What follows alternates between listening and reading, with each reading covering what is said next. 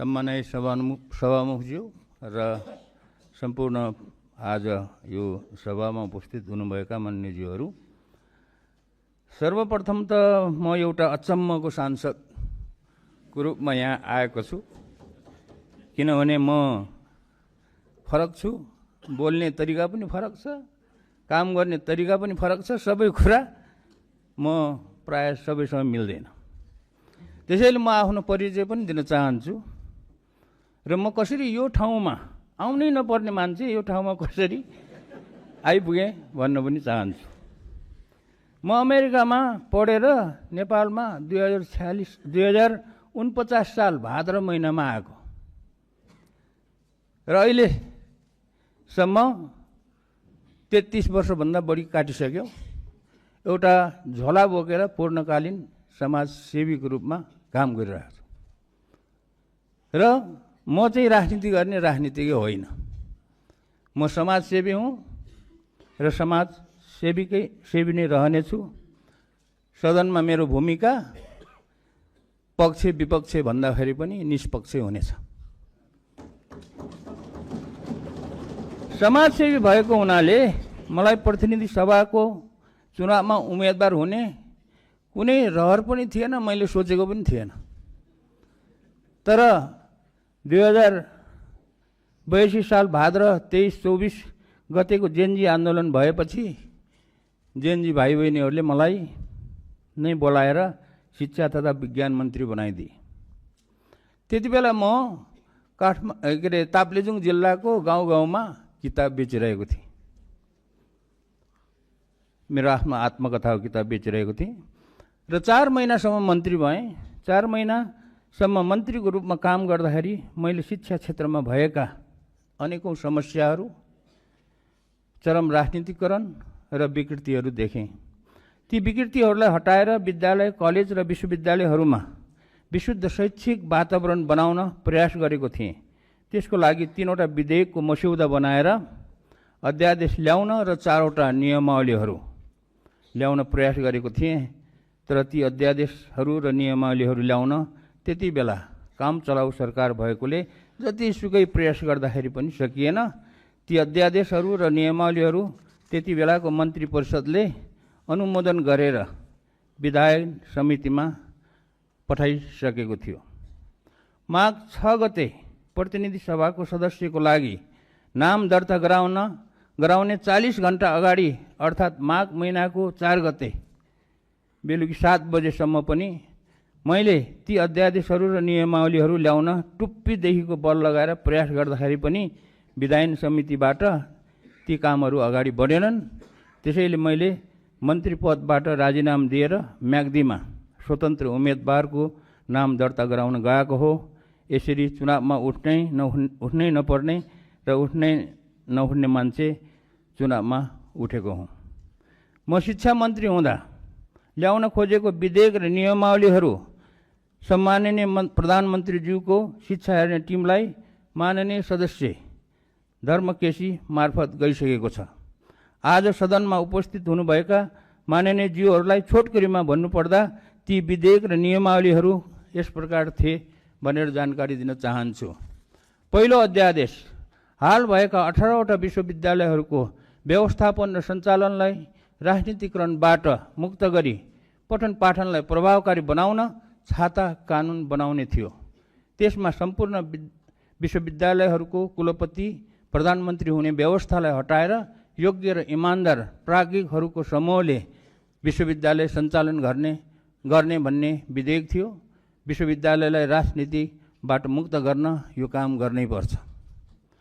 दोस्रो अध्यादेश विश्वविद्यालयमा लेक्चरर, उपप्राध्यापक, सहप्राध्यापक र प्राध्यापकहरूको नियुक्तिमा भएको चरम राजनीतिकरणलाई हटाउन र योग्य व्यक्तिहरूलाई नियुक्त गर्न हाल प्रत्येक विश्वविद्यालयमा भएका 18वटा विश्वविद्यालय सेवा आयोगहरूलाई खारेज गरी लोकसेवा आयोग जस्तै एउटा मात्र सेवा आयोग गठन गर्ने भन्ने विधेयक थियो। तेस्रो अध्यादेश अर्थतन्त्र विकास गरेर नेपाललाई कागजमा मात्र होइन कि आर्थिक रूपमा नै एउटा समृद्धिशाली देश बनाउन र युवाहरूलाई स्वदेशमा नै रोजगारी सिर्जना गर्नको लागि विज्ञान, प्रविधि, व्यावहारिक अनुसन्धान र नवप्रवर्धनलाई उच्च प्राथमिकता दिने र प्रतिभाशाली र सृजनशील युवाहरूलाई देशमा नै राखेर उनीहरूको प्रतिभालाई उजागर गर्ने मौका दिनको लागि प्रधानमन्त्रीको नेतृत्वमा एउटा विज्ञान प्रविधि अनुसन्धान तथा नवप्रवर्तन कोषको निर्माण र सञ्चालन गर्ने भन्ने विधेयक थियो। यो विधेयकको बारेमा मैले विगत 20 वर्षमा बनेका धेरै सरकारहरूलाई गरेको विनम्र अनुरोध भालुलाई पुराण सुनाएको जस्तो भएको थियो। अहिलेको सरकारले पक्कै पनि यो कुरा सुन्छ होला भन्ने विश्वास छ। यो सारा नेपालीको अनुरोध हो, मेरो मात्र अनुरोध होइन। 4. विज्ञान प्रविधिको विकास नगरिकन कुनै पनि देश आर्थिक रूपमा समृद्ध नहुने भएकोले नेपालमा एउटा छुट्टै र शक्तिशाली विज्ञान प्रविधि अनुसन्धान तथा नवप्रवर्तन मन्त्रालय खोल्नुपर्छ। त्यसलाई चलाउन सक्षम विज्ञहरू राख्नुपर्छ भन्ने मेरो भनाइ एउटा कानले सुनेर अर्को कानले नउडाइयोस् भन्ने मेरो विनम्र अनुरोध छ। यो कुरा म आफू नै शिक्षा तथा विज्ञान मन्त्री हुँदा जोडतोडले उठाएको थिएँ, तर त्यति बेला सफल हुन सकिएन। 5. विद्यालय शिक्षा सञ्चालनको जिम्मा स्थानीय सरकारलाई दिएको हुनाले विद्यालय शिक्षामा धेरै विकृतिहरू जन्मेका रहेछन्। यो कुरालाई ध्यानमा राखेर शिक्षा नियमावलीमा धेरै नै सुधार गर्नुपर्ने छ र सो कुरा मैले प्रयास गरेको हो, तर भएन। जस्तै उदाहरणको लागि विद्यालय व्यवस्थापन समितिको गठनमा राजनैतिक हस्तक्षेप हटाउने, योग्य प्रधानाध्यापकको नियुक्ति गर्ने, शिक्षकहरूको सरुवामा राजनीतिक प्रभाव हटाउने र दरबन्दी शिक्षकहरूको दरबन्दी बढाउने जस्ता। ल म सकिहालेँ, यति समापन गर्नुहोस्। म 1 मिनट दिनुहोस्। र 6 नम्बरमा यो सिटिभिटीलाई पुनर्संरचना गरी त्यहाँबाट पनि राजनीतिकरण नहटाएसम्म र नयाँ सिस्टम नबसालेसम्म त्यहाँबाट विद्यार्थीहरूले सिपमूलक प्राविधिक शिक्षा प्राप्त गर्न नसक्ने कुरा प्रष्ट पार्न चाहन्छु। अहिले त्यहाँ अधिकांश सैद्धान्तिक पढाइ मात्र हुने गरेको छ। त्यसको लागि मैले शिक्षा मन्त्रीको रूपमा चालेको कदमहरू पुरा भएनन्। अहिलेको छोटो समयमा सबै कुरा राख्न सकिनँ। ती गर्नै पर्ने सबै कुराहरू बेला बखतमा भन्दै गरौँला।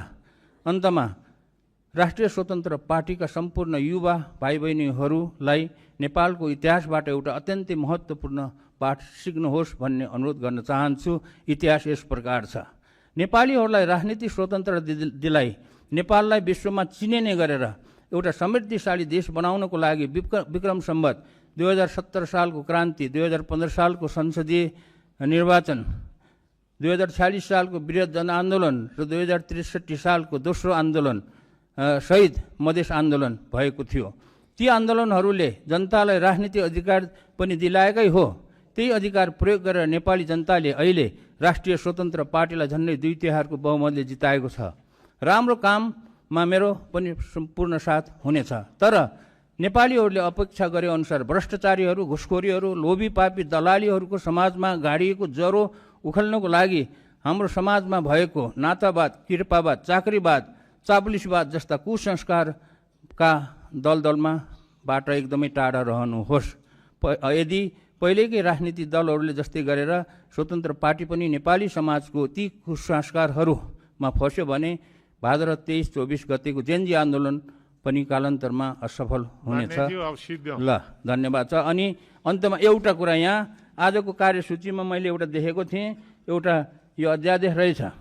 यसमा थप कुरा के गर्न चाहन्छु भने अध्यादेश मतदाता नामावली पहिलो संशोधन अध्यादेश 2082 भन्ने रहेछ। त्यसमा चाहिँ म के भन्न चाहन्छु भने अब आउने 2084 को प्रदेश र स्थानीय सरकारको चुनावमा विदेशमा काम गर्ने सम्पूर्ण वैधानिक नेपाली नागरिकहरूले पनि भोट दिन पाउने व्यवस्था होस् भन्ने कुराको अनुरोध गर्न चाहन्छु। किनभने यो कुरा मैले गत फागुन 21 गतेको चुनावमा पनि व्यवस्था होस् भनेर म आफू मन्त्री हुँदा पनि पटक पटक प्रयास गरेको हो। त्यो हुन सकेन। र धन्यवाद।